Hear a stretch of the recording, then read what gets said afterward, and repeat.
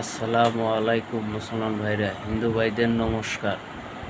তো আজকে আপনাদের মাঝে নিয়ে আইছি বানবিদ্যা। একবারে শেষ হয়ে যাবে, মরে যাবে একবার।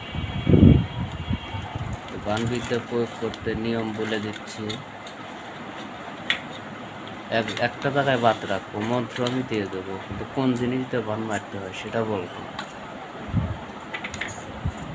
কারণ মারলে আপনারা ক্ষয়ক্ষতি করতে পারবেন, যে কোনো মানুষকে মেরে ফেলতে পারে, বোঝেন নাই? এ কারণে আমি সব কিছু দেবো, একটা জিনিস দেবো। তো নিয়মটা শুনুন। পান মারতে হলে 3 রাস্তা মাথায় বসিয়া একটা জিনিস লাগে, তবে 3টা জিনিস লাগে, তো 2টা জিনিস বলে দিতেছে। একটা নতুন গামছা আর একটা নতুন ধারালো ছুরি। আর একটা কথা আমি বলতেছি না, আপনারা কাজ করে লাগিয়ে দিতে পারেন। তো এইগুলো লিয়া 3 রাস্তার মাথায় বসিয়া 21 বার মন্ত্র পাঠ করে ওই যে জিনিস পাঠ করলাম সেই জিনিসের পর প্রয়োগ করলাম। পরে ছুরির পর একবার করে মন্ত্র বলবেন আর একটা করে কাউ দিবেন সেই জিনিসে। এভাবে 11 বার করবেন, 11টা গাও দিবেন। দেখবেন যে ছুরির সাথে রক্ত উঠে আসতেছে। তো রক্ত উঠে আসবে ছুরির সাথে, এই ভাববেন ওর মৌত হয়ে গেছে, ও দাপাদাপি করতেছে। মুরগি জবাই করে ছেড়ে দিলি যেরকম দাপাদাপি করে, সেরকম দাপাদাপি করে। তো মন্ত্রটা বলছি, শুনুন।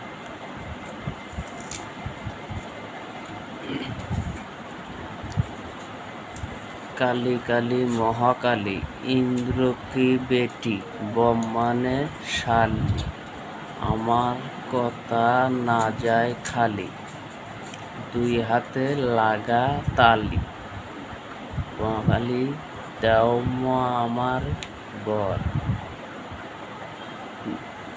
মা কালী দেও মা আমার জুলি, অমুক ওস্তাদের বংশ করি খালি, কলা ফুলের ললি দিয়া মারিব মা তারে, একবারও রক্ষা পাবে না 7 সমুদ্রের পারে,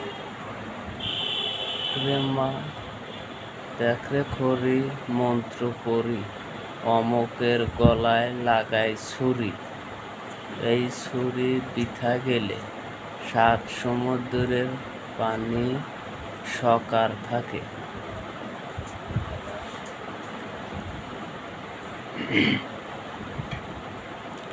আবার কোথাও মায়ের গর্ভে সন্তান, মানিলাম মা তুমি আমার আপন, আমি মন্ত্র যাই খালি,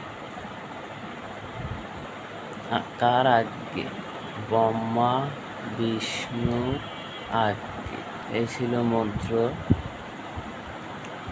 সব কিছু দিয়ে দিলাম।